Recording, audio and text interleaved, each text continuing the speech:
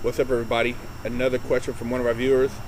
Can you discuss how the Asians and others operate?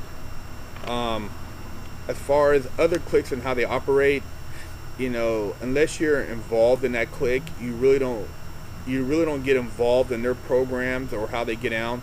But I did know I was cool with some Asian cats in there, and they ran a tight ship. They were about their business in there.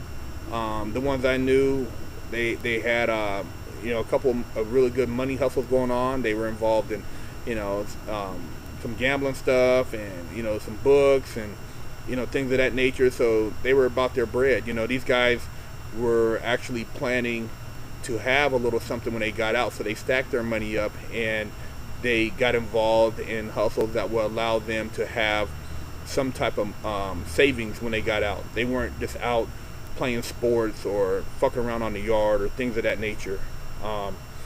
As far as like the natives, I didn't really hang out with the natives, so I can't really speak on what their plans were when they got out or how they ran their program. I know they had sweat lodge. I know a lot of them got monthly checks in prison, so they were able to pretty much buy stuff on commissary and support themselves through the checks they got from the reservations. Um, so that's about the extent of that I know about that. As far as like most of the white cats in there, I did mess with a couple white cats in there that were cool. We didn't really sit down and per se eat together or things of that nature because it's still a lot of racial bullshit. But they handle their business. Pretty much a white cat, when you hit the yard, you got to bring your paperwork. It don't matter, young, old,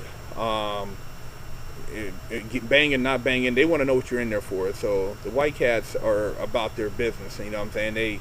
They check paperwork. They want to know, what your charge is, and whether or not you're going to stay on the yard. So if you got a dirty charge, and what I mean by that is, anything to do with kids, molestation, or kitty porn, or some bullshit, you're going to the hole. You're gonna get punished. They don't fuck around. They handle their business.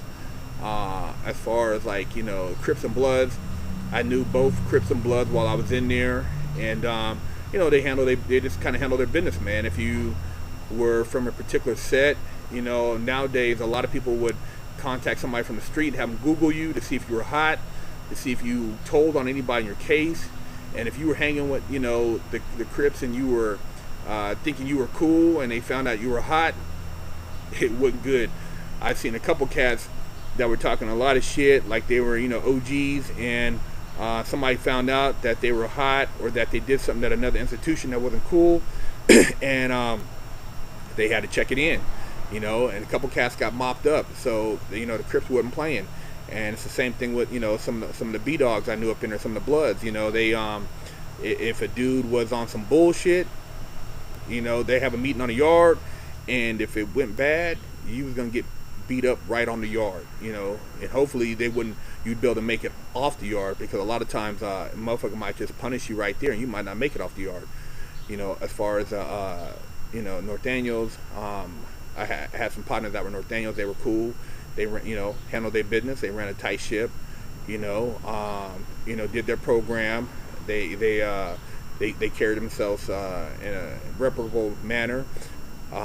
Knew a couple Sureños. They couldn't really holler at me because Sureños and blacks can't really talk too much as far as interact, because the racial tension in there. But the Sureños I did know, they respected me. I respected them. They were cool. You kept it on a professional level. Maybe hollered in the law library. You didn't hang out on the yard and play games or do stuff like that together. But it's just fucked up because of all the racial divide in prison, that you can't really capitalize on resources. And I think it's set up like that by design, so that there'll never be any major organization in prison among the different cultures. But everybody has their own program. Everybody does their own thing. And I've run across dudes that are cool in every nationality, every clique. I knew a couple of GDs, and it's just, it's just, people are people, man. And, it's sad once you go to prison that, on the street you can kind of still move around if you're Crip Blood, Serrano, Norteño, AB, whatever. But when you're in prison, you have to go by a set of rules that have been written before you got there. And that's just how it is. So that's how people get down in prison.